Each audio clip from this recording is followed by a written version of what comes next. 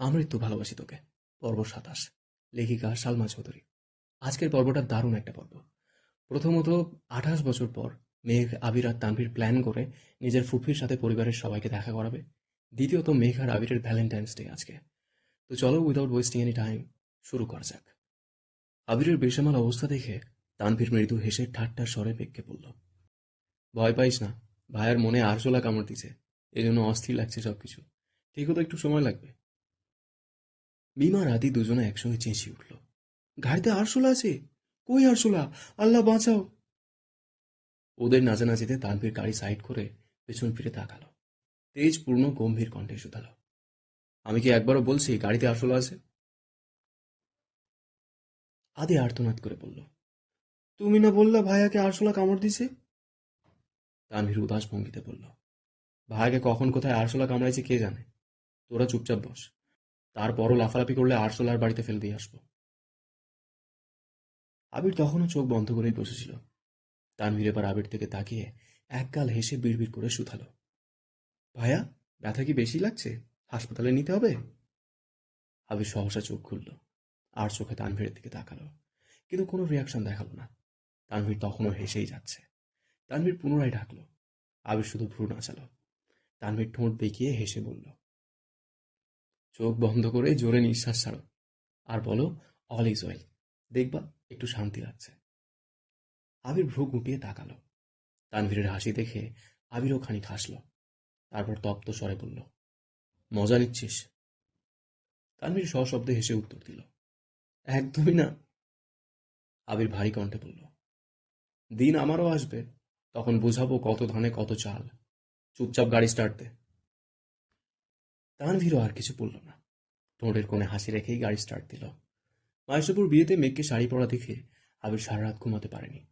সাকিব তানভীরকে সবই বলেছে। তখনকার অবস্থা তানভীর স্বচক্ষে না দেখতে পারলেও এখনের অবস্থা ঠিকই দেখতে পারছে। গাড়িতে এসি চলছে, তারপরও আবির ঘামছে, স্থির থাকতে পারছে না। একবার টিস্যু দিয়ে চোখ মুখ মুছছে, সানগ্লাস খুলে সামনে রাখছে, আবার চোখে দিচ্ছে। এই ফোন বের করছে, আবার পানি খাচ্ছে।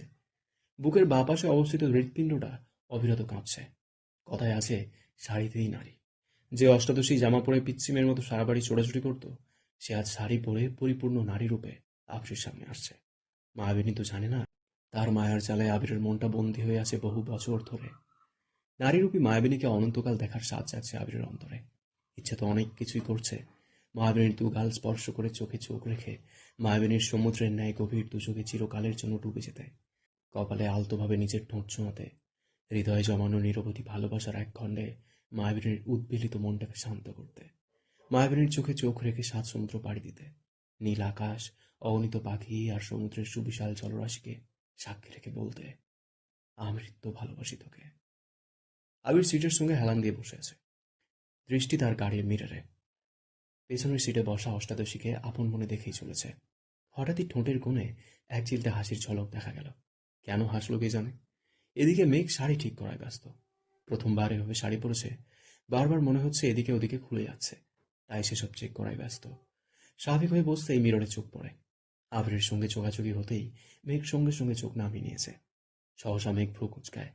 এক মুহূর্তের জন্য থমকে গেছে সবকিছু। মাথাভর্তি হাজারো ভাবনার মধ্যে একটা ভাবনা হৃদয়ে আঘাত করে, আবির ভাই কি আমায় দেখছেন? মেঘ সঙ্গে সঙ্গে আবারও মিররে তাকায়। ততক্ষণে আবির চোখে সানগ্লাস পরে ফেলছে। তা দেখে মেঘের কুচকানো ভ্রুযুগল আরো কুঁচকে আসে। সূক্ষ্ম নেত্রে তাকিয়ে থাকে বেশ খানিকক্ষণ। মনে মনে ভাবছে, ওই একজোড়া চোখ কি আমায় দেখে থমকে গিয়েছিল? শুধু কি দৃষ্টি আটকে গেছিল, নাকি দৃষ্টির সঙ্গে অন্তরতম অচল? ভাবতেই মেঘের অষ্টত্বয় প্রশস্ত হলো। হৃদয়ে জমানো অনুভূতিরা চোখে উপচে পড়ছে। আবির ভাই তাকে দেখে মুগ্ধ হয়েছে ভেবেই মেঘের মন প্রজাপতির মতো উড়ে বেড়াচ্ছে। মেঘ নিজেকে আওড়ালো। ওনার কোমল প্রাণ চাহনি কি কিছু বলতে চাচ্ছিল? তবে কি আবির ভাইয়ের মনেও আমার জন্য অনুভূতি জন্মাচ্ছে? বাকিটা পথ মেঘ আবিরের চিন্তাতেই মগ্ন থেকেছে। শ্যাম বর্ণের এক পুরুষের প্রেমে মেঘ মাতোয়ারা হয়ে গেছে। আবিরের যত্ন, রাগ, তীব্র অধিকারবোধ, স্নিগ্ধতা মিশ্রিত চাহনি অষ্টাদশীর মনের পাড়ার বারংবার বিপর্যয় ঘটায়। মেঘের প্রাণোচ্ছল জীবনে আবিরের আবির্ভাবটা ঠিক যেন ধূমকেতুর মতো। কয়েক মাসে অষ্টাদশীর কোমল মন আবির ভাইকে নিয়ে স্বপ্ন দেখতে শুরু করেছে। মেঘের জীবনে বাবা আর ভাইয়ের পর আবিরই একমাত্র ছেলে, যার সংস্পর্শে নিজেকে নিরাপদ মনে হয়। যার দৃষ্টি স্পর্শ কোথাও অশ্লীলতার ছোঁয়া অনুভব করেনি। তার জন্যই বোধহয় আবির খুব দ্রুত অষ্টাদশীর হৃদয়ে জায়গা করে নিয়েছে। সেই থেকেই অষ্টাদশীর মস্তিষ্ক জুড়ে আবিরের সঙ্গ পাওয়ার অদম্য প্রয়াস সর্বক্ষণ বিচরণ করে। আচমকা গাড়ি থামানোতে মেঘের সুদীর্ঘ ভাবনার অবসান ঘটে। চিড়িয়াখানা দেখেই আদি সবার আগে গাড়ি থেকে নেমে পড়ে। ইকবাল খান আগেও কয়েকবার মেঘদের নিয়ে চিড়িয়াখানায় এসেছিল, তাই আদির এই জায়গা খুব পরিচিত। চিড়িয়াখানায় ঘুরতে ঘুরতে আদির ক্ষুধা লেগে গেছে। আদির সঙ্গে মিমো জানালো তারও ক্ষুধা লাগছে, কিন্তু মেঘের সেসবে মনোযোগ নেই। তার মন মস্তিষ্ক জুড়ে শুধুই আবির ভাই ঘুরপাক খাচ্ছে। এর মধ্যে বেশ কয়েকবার চোখাচোখি হয়েছে দুজনের। মেঘের আগে আবিরই চোখ নামিয়ে নেয়। চিড়িয়াখানা থেকে বের হতেই তানভীর ঠান্ডা কণ্ঠে বলল, ভাইয়া, তুমি বনুকে নিয়ে বোটানিক্যাল গার্ডেনে যাও, আমি সবার জন্য খাবার নিয়ে আসছি। মিমা রাধিও তানভীরের কাছেই রয়ে গেছে। আবির দুটা টিকিট কেটে মেঘকে নিয়ে ভেতরে ঢুকলো। এ যেন গাছের সাম্রাজ্যে ঢুকে পড়েছে। চারপাশে শুধু সবুজ আর সবুজ। প্রায় 84 হেক্টর জায়গা জুড়ে অবস্থিত এই উদ্ভিদের সাম্রাজ্য। মেঘ আবিরের পিছু পিছু হাঁটছে আর চারপাশের পরিবেশ দেখছে। হঠাৎ কি মনে করে মেঘ হাঁটার গতি বাড়িয়ে আবিরের পাশে এগিয়ে গেল। আবিরের সাথে তাল মেলানোর চেষ্টা করছে। আবির যেখানে পা ফেলছে সমান দূরত্বে মেঘও পা রাখার চেষ্টা করছে। আবিরের হাঁটার গতি বেশি হওয়ায় মেঘ শাড়ি পরে ঠিক কুলাতে পারছিল না। আবির আর চোখে চেয়ে মেঘের পাগলামি দেখে মুচকি হাসল। পকেট থেকে ফোন বের করতে করতে হাঁটার গতি কমিয়ে আনলো। দুই জোড়া পা এখন সমান তালে এগিয়ে যাচ্ছে। বাসন্তী রঙের পাঞ্জাবিতে আবির, তার সঙ্গে বাসন্তী রঙের শাড়িতে মেঘকে বেশ মানিয়েছে। লম্বাটে আবিরের পাশে মেঘকে আজ খুব একটা পিচ্ছি লাগছে না। শাড়ি সঙ্গে হিল জুতাতে বেশ বড়ই লাগছে মেঘকে। তানভীর কল দেওয়ায় আবিরের গতি কিছুটা কমে গেছে। মেঘ সামনে চলে গেছে। পাশ দিয়ে 3-4টা ছেলে যাচ্ছিল। তাদের মধ্যে একজন ঠাট্টা স্বরে বলে উঠল, কি রে মামা, আজকাল পরীরা আসমান থেকে নেমে বোটানিক্যাল গার্ডেনে ঘুরতে আসতেছে নাকি? দ্বিতীয় জন বলল, হরে মামা, আমারও তাই মনে হচ্ছে। চুলগুলো দেখছিস, জোস না? আসলেই জোস। এমন একটা মেয়ে যদি আমার গার্লফ্রেন্ড হতো। আচমকা ছেলেগুলোর মুখ বন্ধ হয়ে গেছে। মেঘ আবিরের দিকে তাকাতেই দেখলো আবির ফোন চাপছে। মেঘ ঘাড় ঘুরিয়ে আবারও ছেলেগুলোর দিকে তাকালো। ততক্ষণে ছেলেগুলো মাথা নিচু করে চলে যাচ্ছে। মেঘ আবিরের অভিমুখে চেয়ে আছে। আবির ফোন থেকে চোখ তুলতেই মেঘের চোখে চোখ পড়ে। আবির ভ্রু নাচাতেই মেঘ কপাল কুঁচকে প্রশ্ন করল, আপনি ছেলেগুলোকে কিছুই বললেন না কেন? আজ কিছু বলার মুড নেই। মেঘ উদ্বিগ্ন কণ্ঠে শুধালো, এত পরিবর্তন কিভাবে সম্ভব? আবির ঠোঁট বেঁকিয়ে হাসল। মৃদু স্বরে বলল, ফাল্গুনের প্রথম দিন আমি আমাকে সময় দিতে এসেছি। এসব ছেলেদের সাথে কথা বাড়িয়ে নিজের অবস্থা নষ্ট করতে চাই না। তাই বলে কিছুই বললেন না? তুই কি চাস এখন ছেলেগুলোকে ধরে পিটাই? তাহলে তোর শান্তি লাগবো? মেঘ গাল ফুলিয়ে বলল, জানি না। মেঘের মনে অভিমান জমেছে। একদিন এক ছেলে মেঘের হাত ধরছিল বলে আবির অফিস থেকে এসে মাঝ রাস্তায় ছেলেটাকে মেরেছিল। আর আজ ছেলেগুলো বাজে কমেন্টস করছে, তাতেও আবির কোনো প্রতিক্রিয়া দেখালো না। মেঘের মনে আবারও দুশ্চিন্তা ঢুকে গেছে। আবির ভাইয়ের এই পরিবর্তন মানতে পারছে না মেঘ। ছেলেগুলোকে একটা ধমক দিলেও মেঘ মানসিক শান্তি পেত। আবিরের পিছু পিছু হাঁটতে হাঁটতে অনেকটা দূরে চলে গেছে। অকস্মাৎ মেঘের নজর পড়ে সামনের গাছের নিচে একটা কাপল বসে আছে। মেঘ আবিরের মনোভাব বোঝার জন্য ওই দিকে দেখিয়ে বলল, জায়গাটা অনেকটা সুন্দর, তাই না? মেঘের দৃষ্টি অনুসরণ করে আবিরও সেদিকে তাকিয়েছে। কাপলটাকে দেখে আর চোখে মেঘের দিকে তাকালো। মেঘ খুব মনোযোগ সহকারে কাপলটাকে দেখছে। আবির গলা খাকারি দিয়ে অন্যদিকে তাকিয়ে ঠান্ডা কণ্ঠে বলল, হ্যাঁ, অনেক সুন্দর। মেঘ একটু ভারী কণ্ঠে বলল, ওই দিকে না, এদিকে দেখতে বলছি। মেঘ ইনডাইরেক্টলি আবিরকে কাপলটাকে দেখতে বলছে। আবির বুঝেও না বোঝার মতো ভান করছে আর মিটমিটি হাসছে। আবির এবার কাপলটার দিকে তাকালো। খানিক বাদে প্রশ্ন করল, তুই তো বোটানি স্টুডেন্ট, ওরা যে গাছটার নিচে বসে আছে ওই গাছটার বৈজ্ঞানিক নাম কি বল? মেঘ আহাম্মকের মতো তাকিয়ে আছে। এ কেমন মানুষ, বোঝাচ্ছে কি আর বেটায় বুঝতেছে কি? মনে প্রেম ভালোবাসা নাই ঠিক আছে, তাই বলে ঘুরতে এসেও পড়াশুনো, এটা কেমন কথা? আবির মেঘের দিকে তাকিয়ে পুনরায় প্রশ্ন করল, কি হলো, জানিস না? জানবো না কেন? এটার বৈজ্ঞানিক নাম মেঘালয় মফিটা সেরাটো আবিরপটেরিস। আবির হাঁ করে তাকিয়ে আছে। মেঘের মাথায় আস্তে করে গাঁটটা দিয়ে আবির বলল, এটা টেরি ম্যানেলিয়া আর্জুনা। কি পড়াশুনো করিস এটাও জানিস না? আর একটা গাছের দিকে দেখিয়ে পুনরায় বলল, এই গাছটার নাম বল। মেঘ ফোঁস করে শ্বাস ছেড়ে রাগী স্বরে বলল, বোটানিতে পড়ি বলে যেখানেই যাই সেখানেই শুধু বৈজ্ঞানিক নাম ধরতে হবে? আমি কি এখানে পড়তে আসছি? তাহলে কেন আসছিস? বেড়াতে আসছি। বেড়াতে আসছিস বেড়া, এদিক সেদিক নজর আটকে কেন?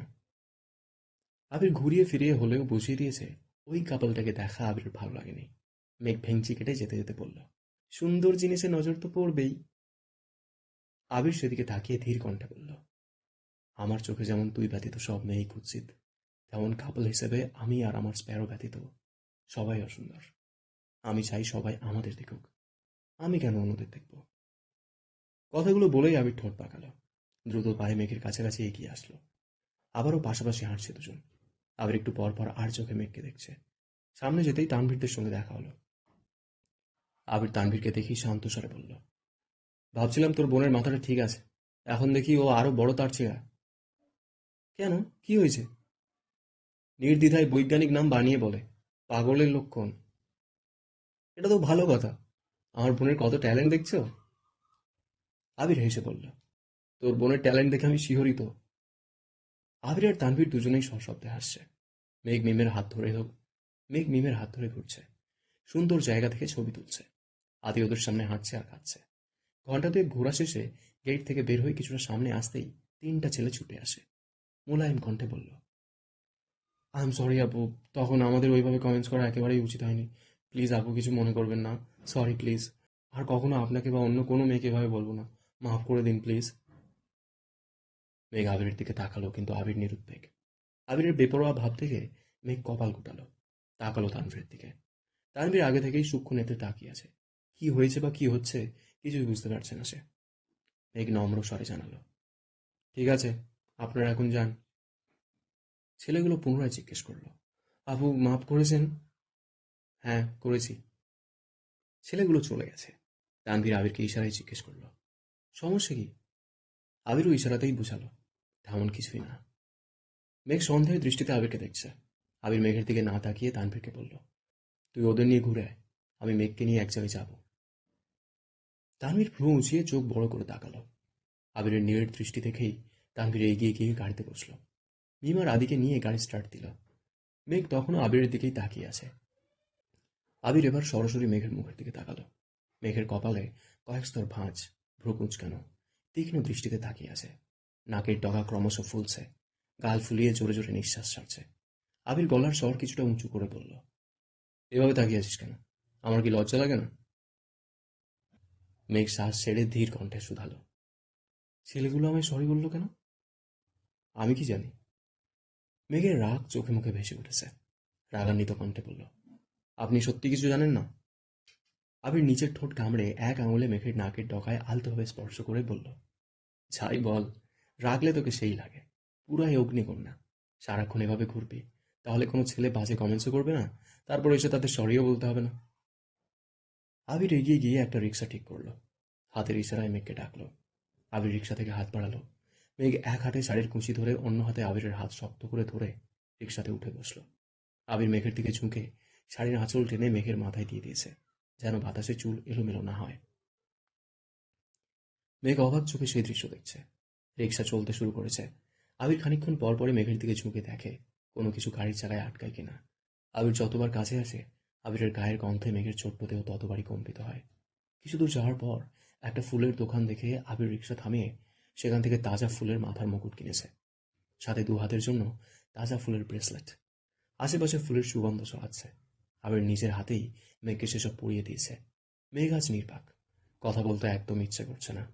আবির ভাইয়ের সঙ্গে এক রিক্সাতে পাশাপাশি বসে আছে, এতেই তার খুশির সীমা নেই। তার উপর আবিরের যত্নে বারংবার অভিভূত হচ্ছে। নতুন করে নতুন ভাবে প্রেমে পড়তে ইচ্ছে করছে। কোথায় যাচ্ছে, কেন যাচ্ছে, কোনো কিছুই জিজ্ঞেস করার ইচ্ছে নেই তার। আর একটু সামনে গিয়ে মিষ্টির দোকান থেকে মিষ্টি কিনেছে। মেঘ তখনও নির্বাক ছিল। আবির ভাই আজ যেখানে নিয়ে যাবে, অষ্টাদশী সেখানেই যাবে, কোনো প্রশ্ন করবে না। যেই কথা সেই কাজ।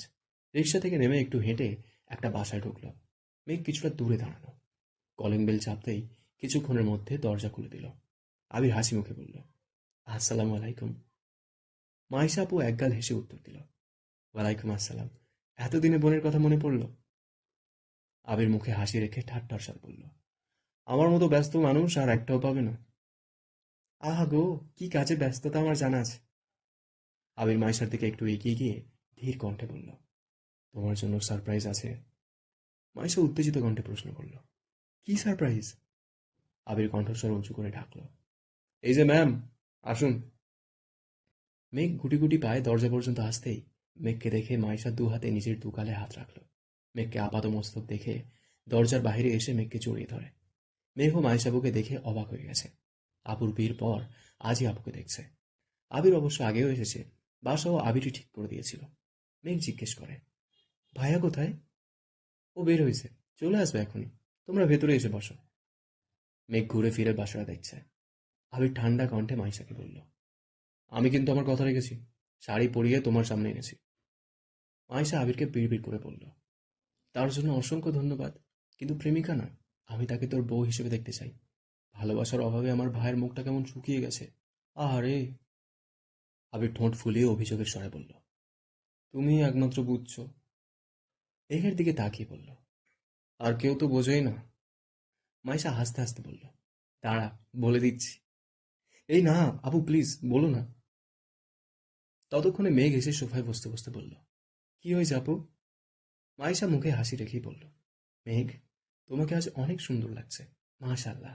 সাবধানে থেকো, তোমাকে দেখে কারোর হার্ট অ্যাটাক না হয়ে যায়। তোমরা বসো, আমি নাস্তা নিয়ে আসি।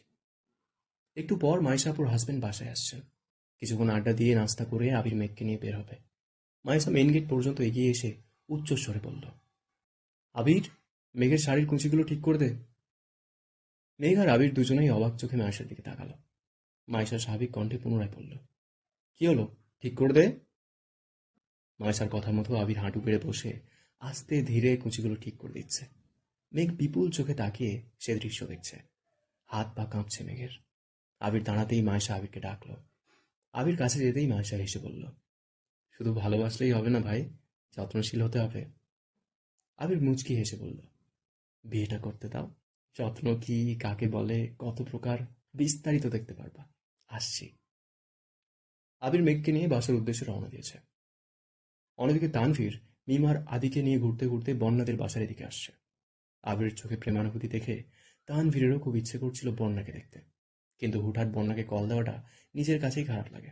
ছোট বোনের বান্ধবীকে কল দিয়ে কি বলবে, সেটা বোনের কান পর্যন্ত কিভাবে পৌঁছাবে তা ভেবেই কল করার সাহস পায় না। তানভীর ধীর গতিতে গাড়ি চালাচ্ছে আর আশেপাশে তাকাচ্ছে। আঁখি জোড়া অনবরত তাকেই খুঁজছে। মিম শুধালো, ভাইয়া, আমরা এদিকে কেন আসছি? আমাদের বাসা তো এদিকে না। ঘুরতে আসছি, চুপচাপ বসে থাক। কিছুটা এগিয়ে যেতেই হঠাৎ চোখে পড়ল হলুদ সালোয়ার কামিজ পরনে একজনের দিকে। মাথায় সাদা ওড়না, ঠোঁটে হালকা লিপস্টিক, আপন মনে ঝালমুড়ি খাচ্ছে। শিওর হওয়ার জন্য একটু এগিয়ে গেল। গাড়ি থামালো বন্যার কাছাকাছি এসে। গাড়ির হর্নের শব্দে বন্যা ঘাড় ঘুরিয়ে তাকাতেই তানভীরের হৃদয়ে চুরির ন্যায় কিছু ঢোকার মতো অনুভূতি হলো। বন্যার দু চোখে গাঢ় করে কাজল দেওয়া, বাসন্তী রঙের জামা আর সাদা ওড়নাতে অসম্ভব সুন্দর লাগছে বন্যাকে। তানভীরের দৃষ্টি সরছেই না। ভেতর থেকে মিম বন্যাকে দেখে বলে উঠল, ভাই, দেখো বন্যা আপু। এতে তানভীরের হোঁশ ফেরে। মিম আর আদি যে তানভীরের সাথে ছিল এটা তানভীরের মনেই ছিল না। তানভীর শান্ত স্বরে বলল, তোরা বস, আমি আসছি। তানভীর বের হয়ে একটু সামনে এগিয়ে গেল। বন্যা মৃদু হেসে প্রশ্ন করল, আপনি এখানে? এমনিতেই আসলাম। বন্যা নিজের হাতে ঝালমুড়ির দিকে তাকিয়ে আবারও তানভীরের দিকে তাকিয়ে আস্তে করে প্রশ্ন করল, ঝালমুড়ি খাবেন? না, খাও তুমি। কয়েক মুহূর্তের নিস্তব্ধতা কাটিয়ে তানভীর শুধালো, বাসা থেকে এতদূর ঝালমুড়ি খেতে আসছো? বন্যা এবার একটু শব্দ করেই হাসল।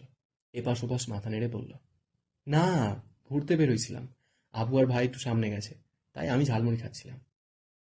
বন্যা ঘাড় ঘোরাতেই ঠোঁট জোড়া আরো প্রশস্ত হলো। স্বাভাবিক কণ্ঠে বলল, ওই তো আপুরা চলে আসছে। ওনারা আসতেই বন্যা বোনের সঙ্গে পরিচয় করিয়ে দিল। যদিও তানভীর আগে একবার বন্যাদের বাসায় গিয়েছিল, কিন্তু তখন বড় আপুর সঙ্গে দেখা হয়নি। তানভীর কিছুটা থতমত খেয়েছে, তবুও স্বাভাবিক থাকার চেষ্টা করছে। তানভীর সহজ স্বরে বলল, আসসালামু আলাইকুম আপু, কেমন আছেন? আলহামদুলিল্লাহ ভালো। আপনি কেমন আছেন? আলহামদুলিল্লাহ ভালো। আমি মেঘের বড় ভাই। চিনতে পারছি, আপনার কথা অনেক শুনি। আপনি নাকি খুব রাগী। তানভীরের মুখের হাসি মুহূর্তেই গায়েব হয়ে গেছে। কি বলবে বুঝে উঠতে পারছে না। বন্যার আপু পুনরায় প্রশ্ন করলেন, তা আমাদের দিকে কি মনে করে, ঘুরতেই নাকি এমনিতেই? তানভীর ঢোক গিলে শান্ত কণ্ঠে বলল, ভাই বোনদের নিয়ে ঘুরতে বেরিয়েছিলাম, ভাবলাম এদিকেও ঘুরে যাই। বন্যা উত্তেজিত কণ্ঠে প্রশ্ন করল, মেঘ আসছে? তানভীর মৃদু হেসে বলল, না, বনু আসেনি, মিমার আদি গাড়িতে বসে আছে। বন্যা তটস্থ হয়ে বলল, আগে বললেন না কেন? আপু, তোমরা কথা বলো, আমি দেখা করে আসি। বন্যার বড় বোন হাসি মুখে বলল, ভাই বোনদের নিয়ে আসছেন, রাস্তায় কত ঘুরবেন, বাসায় চলুন। না আপু, অন্য কোনো দিন আসবো। বন্যা মিম আর আদির সঙ্গে গল্প করছে, ঝালমুড়ি কিনে দিয়েছে। তাদের থেকে বিদায় নিয়ে তানভীর বাসার উদ্দেশ্যে রওনা দিল। বাসার গলি পর্যন্ত এসে গাড়ি থামালো। ততক্ষণে আবির মেঘকে নিয়ে চলে আসছে। তানভীর গলিতেই ওদের নামিয়ে দিয়েছে। তিন ভাই বোন গল্প করতে করতে যাচ্ছে। আবির ভাই মেঘকে মাথার মুকুট কিনে দিয়েছে। সেটা দেখেই মিম মেঘের কাছে আবদার করছে তাকেও যেন এনে দেয়। তারপর বন্যার সঙ্গে দেখা হয়েছে, সেই কথাও বলছে। বাসায় ফিরে কিছুক্ষণ পরেই তানভীর বন্যার নম্বরে কল দিল। আজ প্রথমবারেই কল রিসিভ হলো। তানভীর গম্ভীর কণ্ঠে প্রশ্ন করল, কি করতেছ? তেমন কিছু না। কেন? হাত কাটছো কিভাবে? বন্যা আতকে উঠে নিজের হাতের দিকে তাকায়। তানভীর সন্ধ্যার দিকেই হাতের অবস্থা দেখেছে। আবু চলে আসায় হাতের কথাটা জিজ্ঞেস করতে পারেনি। বন্যা জিভ দিয়ে নিচের ঠোঁট ভিজিয়ে উদ্বিগ্ন কণ্ঠে বলল, দা লেগে কেটে গেছিল। তানভীর রাগী স্বরে বলল, দা লেগে হাত কিভাবে কাটে? কাজ করার সময় মনোযোগ কোথায় থাকে? বন্যা মৃদু হেসে বলল, বেশি কাটেনি। তা তো ব্যান্ডেজ দেখেই বুঝেছি। ঔষধ খেয়েও ঠিক মতো। রাখছি। এদিকে মেঘ ঘন্টাখানেক পর আবিরের জন্য এক কাপ কফি নিয়ে আস্তে আস্তে আবিরের রুমে ঢুকেছে। আবির চোখ বন্ধ করে বিছানার পাশে হেলান দিয়ে বসে আছে। মেঘ খুব সন্তর্পণে কাপটা টেবিলের উপর রাখলো। বলতে চাইলো কফিটা খাওয়ার জন্য, কিন্তু কেন জানি গলা দিয়ে কথা বেরোচ্ছে না। মেঘ চলে যাওয়ার জন্য পা বাড়াতে নিলে আবির সুস্থির কণ্ঠে রাখল, মেঘ। অমনি মেঘের পদযুগল স্তব্ধ হয়ে গেছে। পা বাড়াতে চেয়েও বাড়াতে পারছে না, মুখ ফুটে কিছু বলতেও পারছে না। আবির অত্যন্ত ধীর কণ্ঠে বলল, মাথায় খুব ব্যথা করছে, কিছু মনে না করলে একটু টিপে দিবি প্লিজ। আবিরের কণ্ঠ অনেক ভার, কথাগুলো অনেক কষ্টে বলেছে। মেঘ ঢোক গিলে আস্তে করে গলা খাঁকারি দিয়ে বলল, আপনার জন্য কফি নিয়ে আসছিলাম। এই ব্যথা কফিতে কমবার নয়। মেঘ এগিয়ে এসে আবিরের মাথার পেছনে দাঁড়িয়ে আলতোভাবে চুলে স্পর্শ করে। আবির চোখ বন্ধ করে বসে আছে, একবারের জন্য তাকিয়েও দেখছে না। আবিরের মাথায় হাত বুলাতে বুলাতে মেঘ ডাকলো, আবির ভাই। হুম। আপনার কি হয়েছে? কি নিয়ে এত টেনশন করছেন? ভাবছি আগামীকাল ফুপির সাথে বাসার মানুষদের দেখা করাবো, কিন্তু কিভাবে কি করব কিছুই ভেবে পাচ্ছি না। বাসার মানুষদের রাজি করানোর উপায় পাচ্ছি না, তাই খুব টেনশন হচ্ছে। মেঘ খানিক ভেবে বলল, আমি কি কোনোভাবে আপনাকে সাহায্য করতে পারি? না, তোকে আমি কোনো কিছুতেই জড়াতে চাই না। তোর কিছু করতে হবে না। কেন? ফুপ্পি কি আপনার একার নাকি? ফুপ্পিকে বাসা ফেরানোর দায়িত্ব একা আপনার না, এ দায়িত্ব আমারও। আমার মাথায় একটা প্ল্যান আছে, বলি? বল। মেঘ আবিরের কানের কাছে বিড়বিড় করে সব প্ল্যান জানালো। তা শুনে আবির তপ্ত স্বরে বলল, আমি বললাম তো তোকে আমি এই ঘটনায় জড়াতে চাই না। কেন বুঝতে চাইছিস না? কিছু হবে না আমার। আপনি তো বলেন আমি এই বাড়ির রাজকন্যা। রাজকন্যার কথা কে অমান্য করবে শুনি? আবির মলিন হাসল, পুনরায় গম্ভীর কণ্ঠে বলল, তোকে কিছু বলতে হবে না। আমি বড় আব্বু আর আব্বুকে রাজি করাতে পারবো, আপনি তো ভয় পাবেন না। আবির প্রখর তপ্ত স্বরে জানালো, রাজকন্যার উপর অনাকাঙ্ক্ষিত আক্রমণ বা সামান্যতম আচরণ আমি সহ্য করতে পারবো না। রাজকন্যার কিছুই হবে না জনাব, আমি এখনই রাজি করে আসছি। এই শোন, পরে শুনবো। রাজকন্যা এখন গুরু দায়িত্ব পালন করতে যাচ্ছে। আবির আবারও মেঘকে ডাকে। ততক্ষণে মেঘ রুম থেকে বেরিয়ে পড়েছে। মাথা ব্যথা, ভয়, মেঘের চিন্তায় আবিরের মনটা খুঁতখুত করছে, অস্থির লাগছে। আবির যে নিজের সর্বশক্তি দিয়ে মেঘকে সর্বক্ষণ আগলে রাখে তা কি অষ্টাদশী জানে? মেঘকে অতি সামান্য কারণেও কেউ ধমক দিলে আবিরের পায়ের রক্ত মাথায় উঠে যায়। এই অবস্থায় নিজেকে নিয়ন্ত্রণ করা সম্ভব হবে না বলে মেঘকে আগে থেকেই সাবধানে রাখে। মেঘের সাড়া শব্দ নেই। আবির বুঝতে পারে মেঘকে থামানো সম্ভব না। গত দুরাত নির্ঘুম কাটিয়েছে। প্রচণ্ড মাথা ব্যথা সত্ত্বেও আবির উঠে ব্যালকনিতে আসলো। ততক্ষণে মেঘ নিচে চলে গেছে। সোফায় বসে আলী আহমদ খান আর মোজাম্মেল খান কিছু কাগজপত্র দেখছিলেন। আবির উপর থেকে স্থির দৃষ্টিতে বাবা, চাচা আর মেঘকে দেখছে। ভেতরটা ভয় কাঁপছে। আবির ছোট থাকাকালীন আলী আহমদ খান কয়েকবার আবিরকে নিয়ে ঘুরতে গিয়েছিলেন। তারপর থেকে আজ অব্দি পরিবার নিয়ে কোথাও যান না তিনি। মেঘ মিমরা কোথাও ঘুরতে যেতে চাইলে ইকবাল খান নিয়ে যান। কখনো বাড়ির তিন বউ একসঙ্গে শপিংয়ে যান, কখনো তিন ভাই একসঙ্গে অফিসে বা অন্য কোথাও যান, আবার কখনো খানবাড়ির তিন রাজপুত্র আর দুই রাজকন্যা একসঙ্গে ঘুরতে যায়। কিন্তু সকলে একসঙ্গে আজ পর্যন্ত কোথাও যায়নি। ফুপির জন্য মেঘ আজ রিস্ক নিয়ে আব্বু আর বড় আব্বুকে রাজি করতে নিচে আসছে। কিভাবে কি বলবে বুঝতে না পেরে রান্নাঘরে ছুটে গেল। রান্নাঘরে মালিয়া খান চা করছিলেন। মেঘ উত্তেজিত কণ্ঠে বলল, বড় আম্মু, দাও, হাত চা আমি করব। তুই পারবি না মা, হাত পুড়ায় ফেলবি। মোটেই না। তোমরা সবাই আমাকে এত ছোট মনে করো কেন? আমি কত বড় হয়ে গেছি দেখছো না? তুই বড় হয়ে গেছিস? অবশ্যই হয়েছি। আগামী মাসে 19 বছরে পা দিতে যাচ্ছি। মাশাল্লাহ, বিয়ের বয়স তো হয়েই গেছে। জামাই দেখতে হবে তাহলে। মেঘ লজ্জায় বড় আম্মুর আঁচল দিয়ে নিজের মুখ ঢেকে ফেলল। মনে মনে বলল, জামাই ফিক্সড। এখন তোমার ছেলের হাতে সব। তোমার ছেলে যত তাড়াতাড়ি রাজি হবে, তত তাড়াতাড়ি আমি তোমার ছেলের বউ হব। আহা, কি শান্তি। মালিয়া খান ধীর হস্তে, अच्छा এগুলো মানে सब करना पड़ता है तुम लोगों के लिए, ঠিক আছে? মেয়ে ভাব करना पड़ता है बस। মালিয়া খান ধীর হস্তে মেঘের মুখ থেকে আঁচল সরিয়ে খানিক হেসে বললেন, বিয়ের নাম শুনেই এত লজ্জা? মেঘ লাজুক হাসল। মেঘের এই লজ্জার কারণ যে অন্য কিছু, এটা মালিয়া খানকে বুঝতে দিল না। কিছুটা স্বাভাবিক হয়ে 2 কাপ চা নিয়ে চলে গেল। মেঘের হাতে চায়ের কাপ দেখে দু ভাই নড়ে চড়ে বসলেন। মোজাম্মেল খান চায়ের কাপ হাতে নিতে নিতে শান্ত স্বরে শুধালেন, আম্মু, তুমি চা আনতে গেলে কেন? এমনিতেই। আলী আহমদ খান প্রখর নেত্রে মেঘকে দেখে বললেন, মুখ দেখে মনে হচ্ছে বড় সড়ো আবদার আছে। কি লাগবে বলো মা। মেঘ হাসি মুখে উত্তর দিল, কিছুই লাগবে না বড় আপু। মোজাম্মেল খান পুনরায় জিজ্ঞেস করলেন, তোমরা নাকি আজ ঘুরতে গিয়েছিলে? কোথায় গিয়েছিলে? চিড়িয়াখানার বোটানিক্যাল গার্ডেনে। ঘোরাঘুরি করে মন ভালো হয়েছে? মেঘ চোখ বন্ধ করে ঢোক গিলল। মনে সাহস জুগিয়ে পড়ল, ভালো লাগেনি, বরং মনটা আরো বেশি খারাপ হয়ে গেছে। কেন? ভয়ে মেঘের বুক কাঁপছে। আব্বু বা বড় আব্বু ধমক না দিয়ে বসেন। দীর্ঘ নিঃশ্বাস ছেড়ে মেঘ বলে উঠল, সবাই সবার আব্বু আম্মু সহ পুরো পরিবার নিয়ে ঘুরতে আসছিল। তারা কত আনন্দ করছিল, তাদের দেখতেও ভালো লাগছিল। আমার বোধশক্তি হওয়ার পর থেকে আমি কোনোদিনই দেখিনি আমাদের বাসায় সবাই একসঙ্গে কোথাও ঘুরতে গিয়েছে। আমি চাই আগামীকাল আমাদের বাসার সবাই একসঙ্গে ঘুরতে যাব। এটা আমার অভিযোগ, সেই সঙ্গে আবদার। আলী আহমদ খান ধীর কণ্ঠে বললেন, তোমার আম্মু, বড় আম্মু, কাকিয়াকে নিয়ে যেও। আর আমি ইকবালকে বলবো না, সেও তোমাদের সঙ্গে যাবে। মেঘ অভিমানী কণ্ঠে জানালো, আমি বলেছি সবাই মানে খানবাড়ির প্রত্যেকে। সেখানে আপনারা দুজনও পড়েন। মোজাম্মেল খান ভারী কণ্ঠে বললেন, আমাদের কাজ আছে, বাকিদের নিয়ে যেও। আগামীকাল বিশ্ব ভালোবাসা দিবস। আমি খোঁজ নিয়েছি, অফিস ছুটি। প্লিজ আব্বু, প্লিজ বড় আব্বু, চলুন না। না মামনি, তোমরা ঘুরে আসো। টাকা দিয়ে দিব নে, খাওয়া দাওয়া করে কেনাকাটা করে আইসো। মেঘ এবার কিছুটা ক্ষিপ্ত স্বরে বলল, থাক, টাকা লাগবে না। আপনাদেরও কোথাও যেতে হবে না। আমি কত আশা নিয়ে আসছিলাম সবাই একসঙ্গে ঘুরতে যাব, কত ভালো লাগবে। সত্যি বলতে আপনারা আমায় ভালোই বাসেন না, শুধু মুখেই বলেন। এভাবে বলছো কেন মা? আচ্ছা ঠিক আছে, তোমার আব্বুর সাথে যাবে, তবুও মন খারাপ করো না। মেঘ অত্যন্ত গুরুতর কণ্ঠে বলল, বললাম তো, কাউকে যেতে হবে না। আপনারা আপনাদের ব্যবসা কাজ নিয়েই ব্যস্ত থাকুন। আমাদের ভালোবাসার প্রয়োজন নেই। এরপর থেকে আমাকেও লক্ষ্মী মেয়ে বলে সম্বোধন করবেন না। আপনাদেরকে বিরক্ত করার জন্য দুঃখিত। আপনারা আপনাদের কাজ করুন।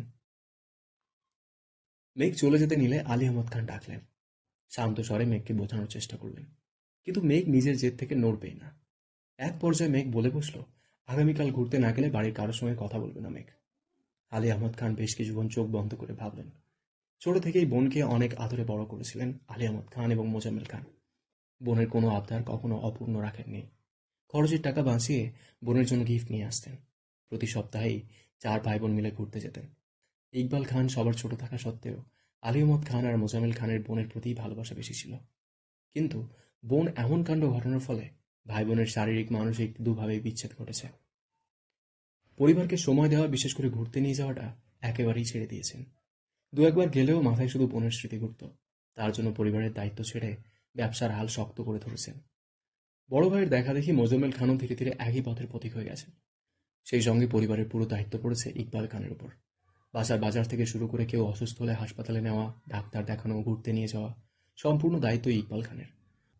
অনেক ভেবেচিন্তে অবশেষে আলিউমত খান জানালেন তিনিও আগামীকাল যাবেন। এবার মেঘের খুশিকে দেখে। মেঘ ছুটে গিয়ে আম্মু বড় আম্মুকে ডেকে নিয়ে আসছে। আকলিমা খান, মিম আকলিমা খান মিম আদিকে পড়াচ্ছিলেন, তাদেরকেও ডেকে নিয়ে আসছে। এর মধ্যে আবির নিচে নামছে। মেঘ আবিরের দিকে তাকিয়ে টানা 2বার ভ্রু নাচালো। আবিরও নিঃশব্দে হাসল, চোখের ইশারাতেই মেঘের প্রশংসা করল। আবির নামতেই মোজাম্মেল খান জিজ্ঞেস করলেন, আগামীকাল কি তুমি ফ্রি আছো? কিছু কাজ আছে। কেন চাচ্ছু? মেঘ একদম পাগল করে ফেলতেছে, আগামীকাল নাকি ভালোবাসা দিবস। সেই উপলক্ষে বাসার সবাইকে নিয়ে ঘুরতে যাবে। তুমি কি সময় দিতে পারবে? আবির উদাসীন কণ্ঠে বলল, সবাই গেলে আমার তো সময় দিতেই হবে। কাজ না হয় পরেই করলাম। আবিরের ভাবের কথা শুনে মেঘ কপাল কুঁচকে আবিরের দিকে তাকিয়ে আছে। দিন রাত এক করে ফুপ্পিকে নিয়ে ভাবা মানুষটা ফুপ্পির সাথে সবার দেখা করানোর চিন্তায় আহাতমরা হয়ে যাচ্ছিল। অথচ আব্বুর সামনে এসে কি সুন্দর করে বলছেন ওনার নাকি কাজ আছে। কি এমন কাজটা ওনার? এর মধ্যে ইকবাল খান বাসায় আসছেন। তানভীরকেও জানানো হয়েছে কোথায় যাওয়া হবে, কখন যাবে, কোথায় যাওয়া হবে, কখন যাবে, সব সিদ্ধান্ত শেষে যে যার মতো চলে গেছে। আলী আহমদ খান, মোজাম্মেল খান দুজন আবারও কাগজপত্র দেখছেন। ইকবাল খান, আকলিমা খান, মিম, আদি সকলে রুমে চলে গেছেন। আবির খেতে বসছে। আবিরকে দেখে মেঘ ও আবিরের বিপরীতে গিয়ে বসল। ডাইনিং টেবিলে আর কেউ নেই। হালিমা খান খাবার রেডি করছেন। মেঘ আবিরের দিকে তাকিয়ে বিড়বিড় করে বলল, আপনার আগামীকাল কি এমন কাজ শুনি? কোনো কাজ নেই। কেন? একটু আগে যে বললেন ব্যস্ত, কাজ আছে। আবির ওষ্ঠদ্বয় কিছুটা প্রশস্ত করে বলল, কখনো কখনো পরিস্থিতি বুঝে মুখে মুখে হলেও ব্যস্ততা দেখাতে হয়। সবাই এক্সাইটেড হয়ে গেলে সমস্যা আছে। মেঘ মাথা চুলকে পড়ল, আপনি কি ভাবেন আর কি করেন আপনিই জানেন। আবিরের প্রশস্ত ওষ্ঠ আরো বেশি প্রশস্ত হলো। আবির তপ্ত স্বরে বলল, thank you my dear Sparrow.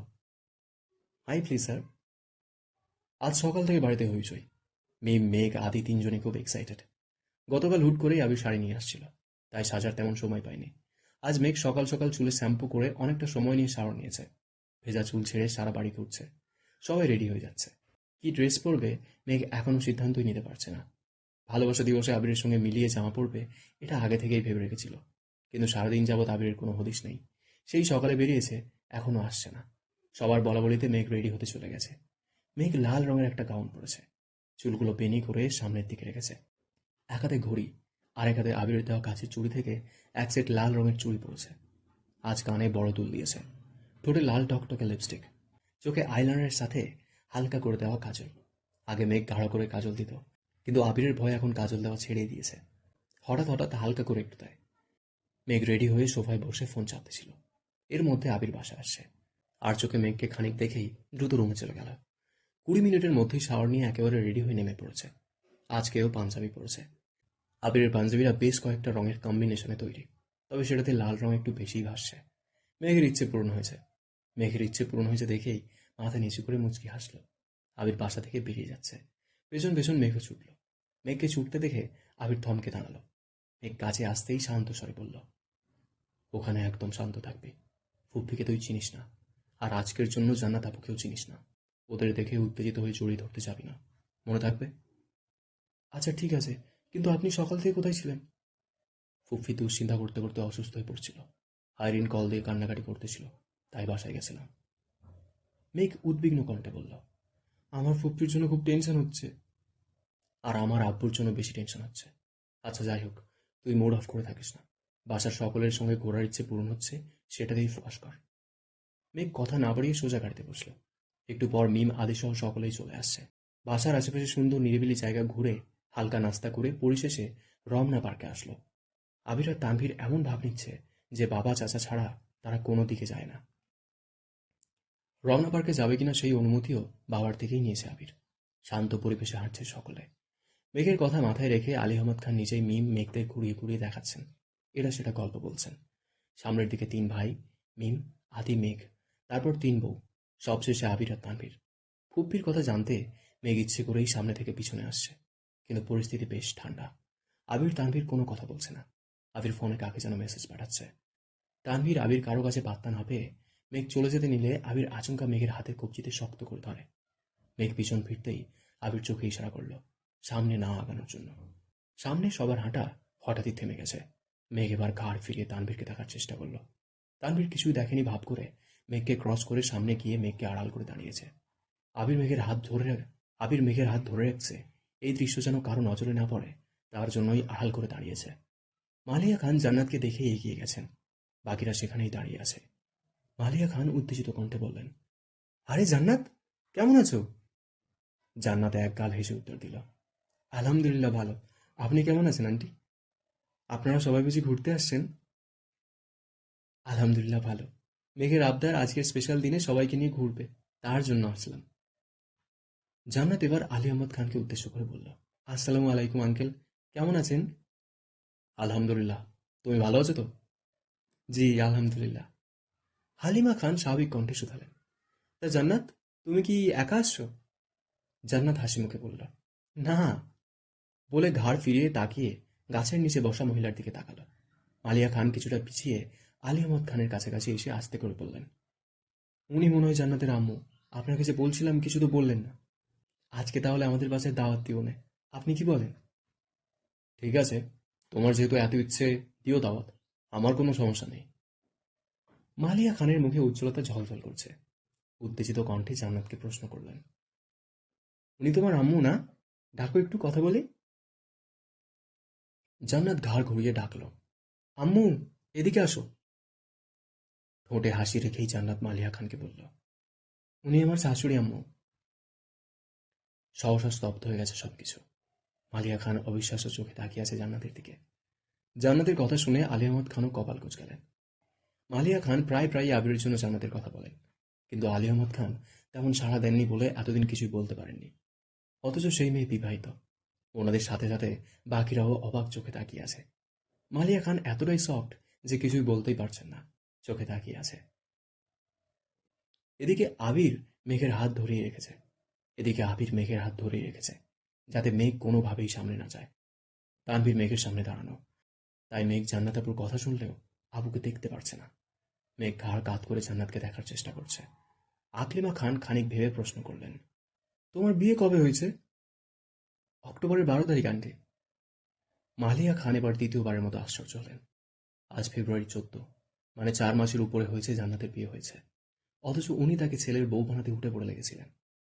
Halima খান বললেন, আমাদের বললে না তো? আসলে আন্টি হুট করেই বিয়ের দিন তারিখ ঠিক হয়ে গেছিল, আর ওই রকম প্রোগ্রামও করা হয়নি, তার জন্য আর বলা হয়নি। তা তোমার হাজবেন্ড কি করে? জবের জন্য আপাতত দেশের বাইরে আছেন, দোয়া করবেন আমাদের জন্য। ফি আমানিল্লাহ। স্বামী সংসার নিয়ে সুখে থাকো। মালিয়া খানের চোখ মুখ ফ্যাকাশ হয়ে গেছে। জান্নাতকে দেখে যতটা উত্তেজিত ছিল, এখন ঠিক ততটাই নিরুদ্বেগ। কোমল দৃষ্টিতে জান্নাতের দিকে তাকিয়ে আছে। জান্নাত পুনরায় একটু উঁচু স্বরে ডাকল, কি হলো আম্মু, আসো। এবার মহিলা উঠলেন, মাথায় ওড়না দেওয়া, মাথা নিচু করে এগিয়ে এসে ভরাট শীতল কণ্ঠে বললেন, আসসালামু আলাইকুম। আস্তে করে সকলেই সালামের উত্তর দিয়ে তাকালেন সেই মহিলার দিকে। মহিলা মুখ তুলে তাকাতেই চোখাচোখি হলো আলী আহমদ খানের সাথে, পাশে তাকাতেই মোজাম্মেল খান। প্রকৃতি যেন থমকে গেছে। মুহূর্তেই নিস্তব্ধতায় ছেয়ে গেছে সবকিছু। মাহমুদা খানের দৃষ্টি একে একে সকলকে দেখছে। মালিয়া খান, ইকবাল খান, পেছনে হালিমা খান আর আকলিমা খানকেও এক পলক দেখে নিলেন। আবিরের হাতে থাকা মেঘের ছোট্ট হাতটা থরথর করে কাঁপছে। ভয় বুকের ভেতর হৃৎপিণ্ড ছুটছে এদিক সেদিক। হাত পা ঠান্ডা হয়ে আসছে। 28 বছর পর মুখোমুখি হয়েছে ভাই বোন। কি হতে চলেছে ভেবেই মেঘের শরীর ঘামতে শুরু করেছে। আবির 2 কদম এগিয়ে মেঘের পাশে দাঁড়ালো। মেঘের হাত ছাড়তেই মেঘ ব্যালেন্স হারিয়ে পড়তে নিলে আবির তৎক্ষণাৎ ডান হাত দিয়ে মেঘের কোণের উপরে চেপে ধরল। মেঘ আর চোখে আবির দিকে তাকাতেই আবির মলিন হেসে প্রখর তপ্ত স্বরে বলল, এ, রিল্যাক্স, কিচ্ছু হয়নি। মেঘ শীতল চোখে আবিরের মুখের পানে তাকিয়ে আছে। কপালের ঘাম বেয়ে বেয়ে নিচে পড়ছে। দুশ্চিন্তায় দুধের ন্যায় মুখবিবর রক্তাভ হয়ে গেছে। মেঘ অল্পেতেই ইমোশনাল হয়ে যায়। পরিস্থিতি সামলানোর আগেই ভেঙে পড়ে। আবির পকেট থেকে রুমাল বের করে আলতোভাবে মেঘের কপাল, নাক, থুতনি মুছতে মুছতে বলল, এই পাগল, এত টেনশন কিসের তোর? আমি আসি তো নাকি? আবির মেঘের মাথায় হাত বুলাতে বুলাতে ধীর কণ্ঠে বোঝাচ্ছে। মেঘ শান্ত মেয়ের মতো আবিরের কথা শুনছে। এদিকে মাহমুদা খানের দিকে এক দৃষ্টিতে তাকিয়ে আছে সকলেই। 28 বছর পর কাউকে হুট করে দেখলে কখনোই চেনা সম্ভব না। বেশ কিছুক্ষণ পর ইকবাল খান শ্বাস ছেড়ে গম্ভীর কণ্ঠে বললেন, আফা। মিম আদি একবার আপুর মুখের দিকে তাকাচ্ছে, আবার মহিলাকে দেখছে, আবার ঘাড় ফিরিয়ে বাকিদেরও দেখছে। হালিমা খান আর আকলিমা খান মাহমুদা খানকে বাস্তবে দেখেনি, 2-1বার শুধু ছবি দেখেছিল, তাই তেমন চেনে না। মোজাম্মেল খান ভারী কণ্ঠে বললেন, তুই? মালিয়া খান এখনো নিশ্চুপ। জান্নাতের বিষয়টাতেই এখনো স্বাভাবিক হতে পারছেন না। তার উপর এত বছর পর ননদের সাথে দেখা, সবকিছু মাথার উপর দিয়ে যাচ্ছে ওনার। এদিকে আলী আহমদ খানও পাথরের মতো দাঁড়িয়ে আছেন। মিমা রাদি দুজনে বেশ কিছুক্ষণ মুখ চাওয়াচাওয়ি করে অবশেষে আব্বুকে প্রশ্ন করল, আব্বু, উনি কে? ইকবাল খান উত্তর দিতে পারছেন না। নিজের সন্তানদের সামনে বোনকে কি বলে পরিচয় দেবেন সেটাও বুঝতে পারছেন না। ইকবাল খান অসহায়ের মতো তাকিয়ে আছে মোজাম্মেল খানের দিকে। মিম একবার প্রশ্ন করে থেমে গেলেও আদি বারবার প্রশ্ন করেই যাচ্ছে। কেউ কোনো উত্তর দিচ্ছে না। দীর্ঘ সময়ের নীরবতা ভেঙে মাহমুদা খান জিজ্ঞেস করলেন, কেমন আছো ভাইজান? একমাত্র বোনের মুখে ভাইজান ডাক শুনে আলী আহমদ খানের বুকটা কেঁপে উঠল। ঢোক গিলে অনুষ্ণ স্বরে বললেন, আলহামদুলিল্লাহ। স্নিগ্ধ পরিবেশ, পাখিদের কিচিরমিচির শব্দ ব্যতীত আর কোনো শব্দ নেই। কেউ কোনো কথা বলছে না, আবার জায়গা থেকে নড়ছেও না। আদি কিছুক্ষণ থেমে থেমে আবার প্রশ্ন করে। মাহমুদা খানের পরিচয় জানতে চায়, কিন্তু কেউ বলে না। জান্নাত সশরীরে এতক্ষণ উপস্থিত থাকলেও তার মনোযোগ ছিল ফোনে। আসিফ কল দেওয়ায় ফোন নিয়ে একটু দূরে চলে গিয়েছিল। কথা শেষ করে এগিয়ে আস্তে আস্তে স্বাভাবিক কণ্ঠে বলল, আম্মু, কথা শেষ হয়নি, চলো বাসায় যাই। মাহমুদা খানের কান্না গলায় আটকে আছে। এত বছর পর ভাইদের স্বচক্ষে দেখছেন, ঠিকমতো কথাও বলতে পারছেন না। মাহমুদা খান শীতল কণ্ঠে বললেন, আসছি ভাইজান। মাহমুদা খান জান্নাতের পাশে হেঁটে যাচ্ছেন। প্রত্যেকেই সেদিকে তাকিয়ে আছে। প্রতিটা সদস্যদের ভেতর ঘুরে শুধু দীর্ঘশ্বাস বেরিয়ে আসছে। আলী আহমদ খান, মোজাম্মেল খান সহ সকলেই আজ কঠিন সত্যের মুখোমুখি হয়েছে। সন্তানদের প্রশ্নের উত্তরে না পারছে সত্যি বলতে, আর না পারছে এড়িয়ে যেতে। মেঘ আবিরের দিকে তাকিয়ে ভ্রু কুঁচকাল। আবির নিঃশব্দে টান ভ্রু উঠাতেই মেঘ বিড়বিড় করে বলল, ফুপ্পি চলে গেল কেন? আমি বলছি চলে যেতে। কেন? কেন? আবেগ, অনুভূতি, ভালোবাসা 28 বছর যাবৎ চাপা পড়ে কঠিন পাথরের রূপ নিয়েছে। সেই পাথর 5-10 মিনিটে গলবে না, তার জন্য পর্যাপ্ত সময় লাগবে। স্তব্ধ পরিবেশ স্তব্ধ রেখেই সকলে বাসায় ফিরে আসছে। কারো মুখে কোনো কথা নেই। বাসায় আজ রান্না নেই, খাওয়া দাওয়া নেই। ইমাদিও আজ তাড়াতাড়ি ঘুমিয়ে পড়েছে। 3 বউ রান্নাঘরে দাঁড়িয়ে ঘণ্টাখানেক আলোচনা করছে। 3 ভাইয়ের মনে কি চলছে কে জানে। 3 জনই 3 জনের রুমে বসে আছে, কি ভাবছে কে জানে। তানভীর বাসায় ফিরে আবার বেরিয়েছে। টুকিটাকি কাজ ছিল সেগুলো শেষ করে বন্যাদের এলাকায় আসছে, কিন্তু বন্যার কোনো হদিশ নেই। আজকের স্পেশাল দিনে বন্যার দেখা পাবে না ভাবতেই ভেতরটা মোচড় দিয়ে ওঠে। সন্ধ্যার পর হয়ে গেছে, বন্যার বের হওয়ার কোনো সম্ভাবনা নেই, কিন্তু তানভীরের মন যেতেও চাইছে না। প্রায় 1 ঘন্টা অপেক্ষার পর তানভীর বন্যাকে কল দিল। বন্যা কল রিসিভ করতেই তানভীর বলল, আয় মেয়ে, কোথায় আছো? তানভীরের ধমকের স্বরে বলা কথাতে বন্যা না চাইতেও কেঁপে ওঠে। সদ্য ঘুম থেকে ওঠা মেয়েটা নরম স্বরে উত্তর দিল, বাসায়। কেন? আমি তোমাদের বাসার গলির সামনে দাঁড়িয়ে আছি, তাড়াতাড়ি আসো। মানে? আসতে বলছি, আসো। বলেই তানভীর কল কেটে দিয়েছে। বন্যা শোয়া থেকে উঠে বসে ফোনের নাম্বারটা আবারও চেক করে। সত্যি সত্যি তানভীর ভাই, কিন্তু উনি হঠাৎ এখানে এসে কল কেন দেবেন এটাই ভেবে পাচ্ছে না বন্যা। চোখে মুখে অল্প একটু পানি ছিটিয়ে টাওয়াল দিয়ে মুছল কিনা ছুটে গেল নিচে। সদ্য ঘুম থেকে ওঠায় চুলের অবস্থাও নাজেহাল, কিন্তু আছড়ানোর সময় নেই। নিচে বন্যার ভাই টিভি দেখছিল। বন্যাকে ছুটতে দেখে শোধায়, ছোট্ট আপু, পাগলের মতো কোথায় যাচ্ছিস? সামনেই। কি হয়েছে আমায় বল। কিছু হয়নি, তুই টিভি দেখ। বলেই বন্যা দৌড়ে বেরিয়ে গেছে। গলির ঠিক সামনেই তানভীর দাঁড়িয়ে আছে।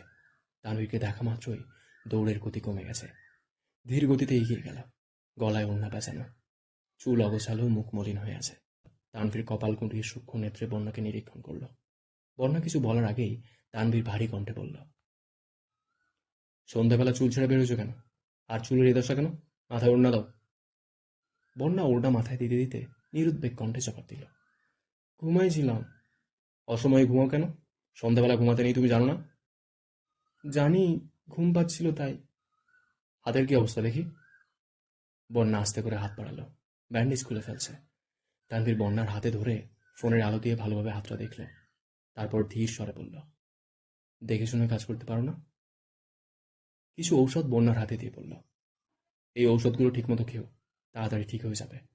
গতকালই নিয়ে আসতাম, কিন্তু জরুরি কাজে বের হয়েছিলাম, আর এত রাতে বেরো হতে পারবে না, তাই আসেনি। আমি ওষুধ খাচ্ছি। আজ থেকে এগুলো খাবা। আন্দাজে আনিনি, ডাক্তারের সাথে কথা বলেই নিয়ে আসছি, এটুকু বিশ্বাস রাখতে পারো। বিশ্বাসের কথা আসছে কোথা থেকে? আমি বলছিলাম, আর কিছু বলতে হবে না, খাবারগুলো খেয়ে নিও। নাও। এত কিছু কেন আনছেন? এসবের কোনো দরকার ছিল না। তাহলে কি দরকার বলো, এনে দিয়ে যাচ্ছি। আল্লাহ, কিছু দরকার নাই আমার। মেঘ কোথায়? বাসায়। কল দিলে ধরে না, একটু বলে দিবেন প্লিজ। বোনও একটু টেনশনে আছে, টেনশন ফ্রি হলে নিজেই কল দেবে। বন্যা চিন্তিত কণ্ঠে শোধালো, কি হয়েছে? তেমন কিছু না, বাসায় একটু সমস্যা চলতেছে। জানোই তো, বনু অল্পতেই হাইপার হয়ে যায়, এই আর কি। বন্যার মাথায় আবির ভাইয়ের কথা ঘুরছে। বাসায় আর কোনো সমস্যার কথা বন্যার মাথায় আসছে না। তবে কি আবির ভাইয়ের সঙ্গে সমস্যা হয়েছে? বন্যা উদ্বিগ্ন কণ্ঠে আবারও প্রশ্ন করল, বাসায় কি সমস্যা হয়েছে বলা যাবে প্লিজ? বনুকে জিজ্ঞেস করলেও বনুই বলবে। সন্ধ্যার পর এতক্ষণ বাইরে থাকা ঠিক না, বাসায় চলে যাও। জি আচ্ছা, ধন্যবাদ। বন্যা গলি দিয়ে চলে যাচ্ছে। লাইটের আলোতে তানভীর স্থির দৃষ্টিতে চেয়ে সেই দৃশ্য দেখছে। এদিকে বাসার হিম শীতল পরিবেশ দেখে মেঘের খুব চিন্তা হচ্ছে। মেঘ বাসায় ফিরে ফুপ্পির সঙ্গে কথা বলেছে। বেশ কিছু সময় যাবৎ আবির সোফায় হেলান দিয়ে বসে আছে। ড্রয়িং রুমে আর কেউ নেই। মেঘ ব্যালকনি থেকে আবিরকে দেখেই নিচে আসলো। আবিরের চোখ বন্ধ দেখে মেঘ মৃদুভাবে ডাকল, আবির ভাই। আবির চোখ মেলে আর চোখে তাকালো, কিছু বলল না। মেঘ আবারও বলল, এখানে বসে আছেন কেন? রুমে যান। রুমে যেতে ভয় লাগতেছে। আব্বুর নিস্তব্ধতা আমায় খুব ভাবাচ্ছে। আর কারোরটা জানি না, তবে আব্বুর জন্য খুব চিন্তা হচ্ছে। বড় আম্মু খুব কষ্ট পাইছে, জান্নাতাপুর বিষয়টা আগে জানিয়ে দিলেই হতো। আম্মুর কষ্ট পাওয়াটা আহামরি কিছু না। আমি বারবার বারণ করা সত্ত্বেও আমার বউ ভাবতে হয় কেন? কয়েকবার বলার পরও যেহেতু মানেনি, তাই আমি আর কিছু বলিনি। বউ ভাবতে থাকুক, আমার না হোক, আসিফ ভাইয়ের বউ তো। আমি যেটা চাইছিলাম ওটাই হয়নি। কি চাইছিলেন? তানভীরকে দিয়ে জান্নাতকে আনাইছি। তানভীর আর জান্নাতের বয়স কাছাকাছি। আমি ভাবছি আম্মু বা মামনি করলে তানভীরকে নিয়ে সন্দেহ করবে, আর আমি ওইটাকে কাজে লাগাবো। উল্টো আমি ফেসে গেছি। আম্মু ডিরেক্ট আমার বউ বানানোর চিন্তা করে ফেলছে। তার মানে এসব আপনাদের প্ল্যান? হ্যাঁ, সবটাই পরিকল্পিত। আগে যে বলছেন আমার জন্য জান্নাতাপুকে আনছিলেন। তোর জন্যই তো আনছি। ফুফি কি তোর না? চান্স কি তুই পাসনি? তাহলে কার জন্য করছি এসব? মেঘ নিঃস্ব। আবির পুনরায় বলল, তোর জন্য যদি শুধু শিক্ষক লাগতো, তবে এই শহরে ভালো শিক্ষকের অভাব ছিল না। তারা তোকে দায়িত্ব নিয়ে পড়িয়ে চান্সও পাতো। কিন্তু ফুফির সাথে কিভাবে সম্পর্ক ঠিক করবো তা ভেবে পাচ্ছিলাম না। একমাত্র উপায় ছিল জান্নাত। জান্নাত তোকে পড়ালে আর তুই চান্স পেলে বাসার মানুষের জান্নাতের প্রতি পজিটিভ চিন্তা আসবে। তখন ধীরে ধীরে ফুফির সংস্পর্শে আসা যাবে। আরেকটা হচ্ছে বউ বানানোর চিন্তা। ওইটা আসলে শুরুতে ছিল না। তানভীরকে দিয়ে আনাইছিলাম কারণ আমি দেশে ছিলাম না। দেশে ফিরে আমি টিচার কিভাবে পাবো? তাছাড়া জান্নাত যে রাগিবের বোন, এটা জানলে সবাই শিওর ধরে নিত আমার জান্নাতের সাথে সম্পর্ক। এই জন্যই মূলত তানভীরকে দিয়ে আনানো। কিন্তু তাতে কোনো লাভ হলো না। মেঘ কপাল চুলকে বিড়বিড় করে বলে, আপনি খুব চালাক। মাগনা হিটলার বলি না আপনাকে। চালাক আর হতে পারলাম কোথায়? নিয়তির বেড়াজালে বন্দি হয়ে আছি আমি। কিছু হয়েছে? কিছু না, রুমে গিয়ে রেস্ট নে। মেঘ রুমে এসে টেবিলের উপর মাথা রেখে চোখ বন্ধ করে শুয়ে আছে। 20-25 মিনিট পর আবির দরজায় আসলো। ঠান্ডা কণ্ঠে বলল, আসবো? মেঘ মাথা তুলতেই দেখলো আবির। মৃদু হেসে বলল, আসুন। আবির হাতে নুডলসের বাটি নিয়ে রুমে ঢুকলো। মেঘের টেবিলে নুডলসের বাটি রেখে বলল, রাতে রান্না করেনি, এটা খেয়ে নে। নুডলস আপনি রান্না করেছেন? হ্যাঁ। আপনি নুডলসও রান্না করতে পারেন? জি ম্যাডাম। আর কি কি পারেন? কি খেতে চান বলুন শুধু। বাবা, এত কনফিডেন্স! হুম। মেঘ মায়াবী দৃষ্টিতে আবিরকে দেখছে। আবিরের কণ্ঠে এই হুম শুনলে অষ্টাদশীর কোমল হৃদয়ে ঘূর্ণিঝড় হয়ে যায়। মাত্র রান্না করে আসে আবিরের শরীরটা কিছুটা ঘেমে গেছে। ঘামে ভেজা কপালে চুল লেপটে আছে। নাকের ডগায় ঘাম চিকচিক করছে। দাড়িগুলোতে চোখ পড়তেই অষ্টাদশী ঢোক গিলল। সম্পূর্ণ আবিরই অষ্টাদশীর প্রিয়। তবে আবিরের দাড়ি অষ্টাদশীর ইমোশন। দাড়িতে নজর পড়তেই ছুঁতে ইচ্ছে করে। আর কোনভাবে স্পর্শ করলেও গা শিউরে ওঠে। আবিরের দাড়ি দেখতে দেখতে আবিরের গালে কিস করার ঘটনাটা মনে পড়ে গেল। অমনি মেঘ লজ্জায় মাথা নিচু করে ফেলল। আবির মৃদু স্বরে শুধালো, কি হয়েছে? কোনো সমস্যা? মেঘ মনে মনে আওড়ালো, আপনি মানুষটা আগাগোড়াই সমস্যা। মায়ার চাদরে আবদ্ধ করে দিনকে দিন আমার প্রগাঢ় মনকে অনুগ্রহ করে তুলছেন। কি ভাবছিস? তেমন কিছু না। বল শুনি। বলবো? বল। ধমক দিবেন না তো? না, ধমক দিব না। তোর মনে যা যা অজ্ঞাত কথা আছে বল, সব শুনবো আমি। আমি বলতেই মেঘের ফোনে কল বেজে উঠল। মেঘ ফোন হাতে নিতেই দেখল মিনহাজের কল। আবিরের চোখে মিনহাজ নাম পড়া মাত্রই আবিরের রগে রগে রক্ত সঞ্চালন বেড়ে গেছে। রাগে শরীর গরম হতে শুরু করছে, চোখ রক্তাভ হয়ে গেছে। মেঘ কল কেটে দিয়েছে, তারপরও আবার কল দিয়েছে। আবির ফ্লোরের দিকে তাকিয়ে রাগ কমানোর চেষ্টা করছে। আজকের স্পেশাল দিনে আবির মেঘকে একটুও সময় দিতে পারেনি, তাই ভেবেছিল আজ মেঘের মনের সুপ্ত অনুভূতি জানবে, যতটা সম্ভব মেঘকে আশ্বস্ত করবে। কিন্তু মিনহাজ কল দিয়ে সব ধ্বংস করে দিয়েছে। মিনহাজের দ্বিতীয় কল রিসিভ করলো মেঘ। মিনহাজ আধো আধো কণ্ঠে বলল, বেবি, হ্যাপি ভ্যালেন্টাইন্স ডে। কথা কানে ঢুকা মাত্র আবিরের কান দিয়ে গরম বাতাস বের হতে শুরু করেছে। ক্রোধে এক হাতে কপালের দুপাশ চেপে ধরেছে। বসে থাকতে ইচ্ছা করছে না।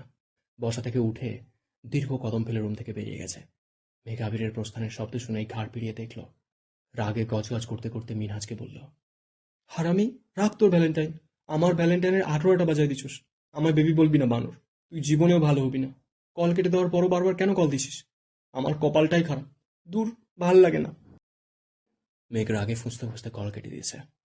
আবির ভাই যখনই মেঘের কাছাকাছি আসে, একটু শান্তশিষ্টভাবে কথা বলে, তখনই কেউ না কেউ বাধা দেয়। মেঘের মেজাজ চরমে। বন্যা ফোন দিচ্ছে। কল কেটে রাগে ফোন বন্ধ করে দিয়েছে। এদিকে আবিরের আক্রোশ ক্রমে ক্রমে বাড়ছে। নিজের প্রতি বড্ড রাগ হচ্ছে। আজ মনে হচ্ছে মিনহাজ আর তামিমকে প্রথম দিনই ওয়ার্নিং দেওয়ার দরকার ছিল। তানভীর আর রাকিব এতবার বলার পরও আবির সায় দেয়নি। প্রতিনিয়ত এদের আচরণে নিজেই অতিষ্ঠ হয়ে যাচ্ছে। আবির আজ পর্যন্ত মেঘকে ভালোবেসে বেবি ডাকতে পারল না। কোথাকার কোন ছেলে বেবি বলে সম্বোধন করছে। আবির বারান্দার গ্রিলে মাথা রেখে দাঁড়িয়ে আছে। ক্ষণে ক্ষণে রক্ত টকবক করে উঠছে। ঘণ্টাখানেক পর আবির আবারও নিচে আসছে। রাত 12টা নাগাদ সোফাতেই শুয়েছিল। 12টার পর রুমে গিয়ে ঘুমিয়েছে। 1 ঘন্টা হয়নি নিচে চিল্লাচিল্লির শব্দে আবির তাড়াহুড়ো করে ছুটে আসে। মেঘ, তানভীর, ইকবাল খান, মোজাম্মেল খান সকলেই সজাগ হয়ে আছেন। আবিরের আব্বুর শরীর খারাপ লাগছে, মাথা কেমন করছে, শরীর ঘামতেছে। ইকবাল খান আর মোজাম্মেল খান তড়িঘড়ি করে গাড়ি বের করতে চলে গেছেন। এদিকে মালিহা খানের কান্না বাকি দুজনেও থামাতে পারছেন না। হাসপাতালে যেতে চাচ্ছেন। আবির বুঝিয়ে শুনিয়ে মাকে রেখে গেছে। আবির আর তানভীর আলী আহমদ খানকে বের করেছে। এদিকে মেঘ অজরে কাঁদছে। বড় আব্বুর সঙ্গে ওকে নিতেই হবে। ঘরে মায়ের কান্না থামাতে পারছে না। এদিকে মেঘ মেইন গেট পেরিয়ে বাইরে এসে কেঁদেই যাচ্ছে। রাত প্রায় 2টা বাজতেছে। আবির কয়েকবার মেঘকে ভেতরে যেতে বলেছে, কিন্তু মেঘ জায়গা থেকে নড়ছেও না। বাধ্য হয়ে আবির এসে মেঘের 2 চোখ মুছে 2 গালে হাত রেখে গুরুতর কণ্ঠে বলে, কান্না করিস না প্লিজ। আব্বুর কিছু হয়নি। মনে হচ্ছে অতিরিক্ত দুশ্চিন্তায় প্রেশার বেড়েছে। তোরা সবাই যদি এভাবে কান্না করিস, আমি কিভাবে সবকিছু সামলাবো বল? তুই আম্মুর কাছে যা প্লিজ। আম্মুকে শান্ত করে ঔষধ খাইয়ে দিস, আর আম্মুর কাছেই থাকিস। মেঘ কাঁদো কাঁদো গলায় বলল, ঠিক আছে। কেমন লাগলো অবশ্যই কমেন্ট করে জানিও। তোমাদের একটা কমেন্ট আমাকে প্রচুর মোটিভেট করে। পরবর্তী পর্বগুলো খুব শীঘ্রই চলে আসবে এই চ্যানেলেই। ততক্ষণ সুস্থ থেকো, ভালো থেকো। Thank you.